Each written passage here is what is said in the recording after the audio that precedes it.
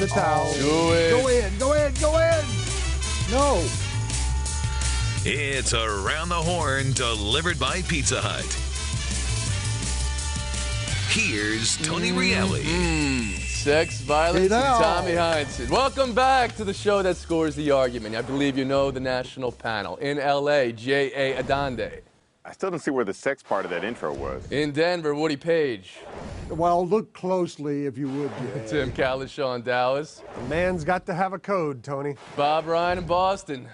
Tony, I'm confused. Are we the last four in or the last four out? You're the last four in at this moment, but I got to tell you, extra reps on the shake weight last night. The mute hand is strong. Let's go to work. It's the first word. All right, for those scoring at home, last Friday, no one on this panel wanted to give BYU a 1 seed. On Monday, after finally watching a game, everybody wanted to give them a 1 seed.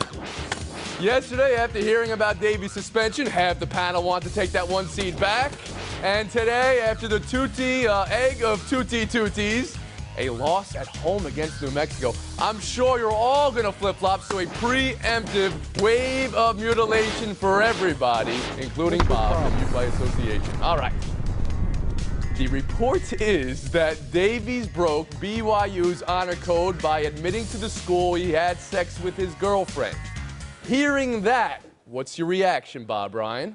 That I applaud the school for being one of the few institutions left that has a principle and will live by it no matter what the very serious cost to its athletic program. The fact is we are in an era when schools harbor athletes who are accused of such things as sexual assault, domestic assault, driving under the influence, put them in the lineup while they await the legal proceedings to run their course as they win more ball games. And here we have a school that has a stated principle, an honor code, which everyone knows. This young man is not some guy from outer space. He grew up across the street from the school in Provo.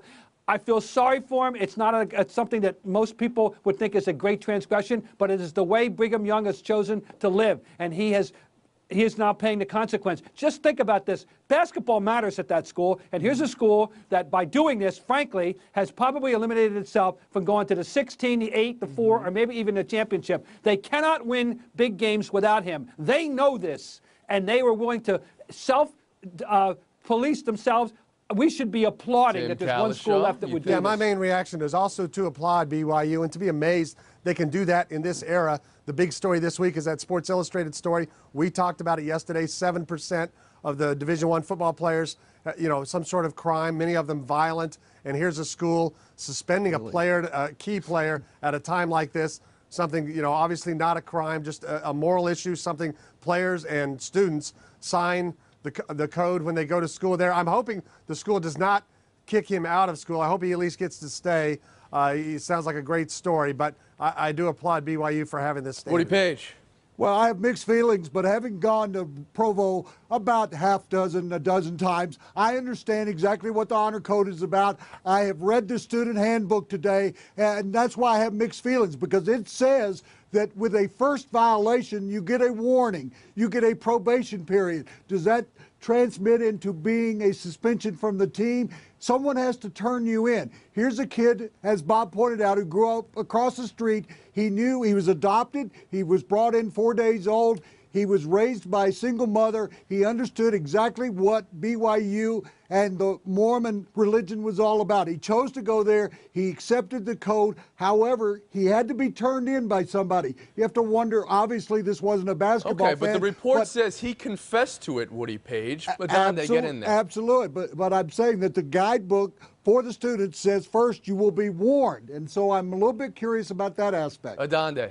Yeah, I also wonder how the board came to find out about it. Was he turned in by somebody? Did somebody snitch on him? I mean, this is a private act that occurs between two people. In this case, no one is accusing anyone of any untoward acts, so it's a victimless action, basically. So how did they become aware of it? Maybe he confessed when it was brought to him. Maybe he was honest at that point. But I'm not going to condemn a guy who committed one of the acts that most people who go through 4 years of school are either going to do premarital sex or use alcohol or in some cases even drugs. And in this case, he did the thing that is not against the law. Yes, he violated the code. I guess there are certainly punishments that come with that. But I'm wondering why someone found it so offensive and why they chose him to go after and single out. Part of the code is to be honest and not to lie, and he confessed to it. Is there any way they can reinstate him, Bob Ryan?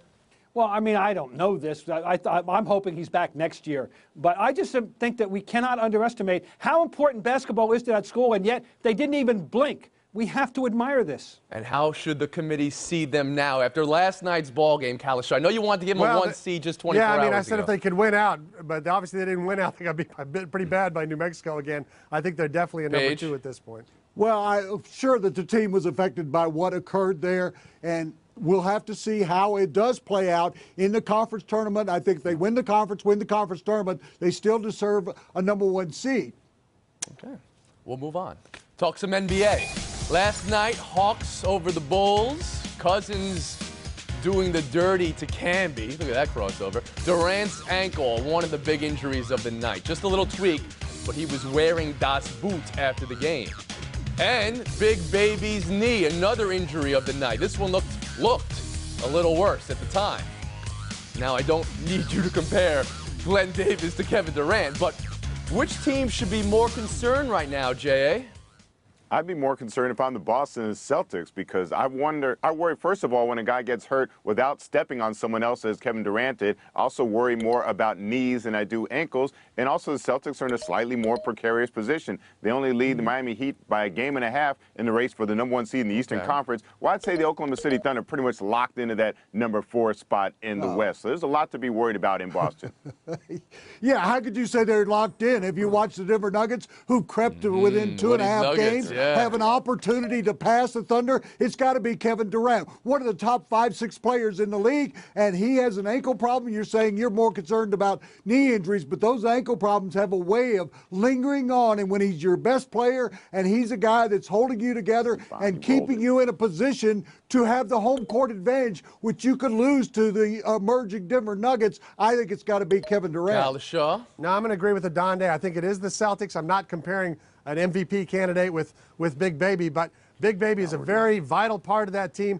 He said last night he's had problems with his left knee before. Now he goes down with an injury. Now he's having an MRI. That sounds much more serious than what we saw Kevin Durant turning his ankle coming down the lane. Bob Ryan. But the issue still remains. Kevin Durant's one of the best 5 players in the league, and don't kid themselves or anybody. If he's not available or if he's only at 50%, they're not going anywhere in the playoffs. Big Baby, of course the Celtics need him. I could give you chapter and verse. He leads the league in charges taken. He's an oddly entertaining and very useful player at 3 different positions, and we're going to have to wait and see what the results of this MRI are. They can't go very far without him either, but you still have to get down to this. One of the 5 best players in the league, a 6th man. I hear you. We're not trying to compare Durant to Davis, but post-Perkins trade, Bob, you got to say Glenn Davis is one of the more important front court players for this team, right? No, he certainly is, but I mean, it's a dicey thing. Well, let's find out and see what he says. He's been playing hurt all year, and that he's going to be okay. Well, it's also important, post-trade, he's been the guy on the court with the 4 All-Stars come crunch time. So obviously Doc Rivers thinks he's very important because he's got him out there when the minutes matter the most. Well, it was brought up, the Thunder are the 4 seed right now, but the emerging Nuggets of Denver. We'll get to those Nuggets, Woody's Nuggets, the Nuggets of a little Woody. bit later in the show. We've been on.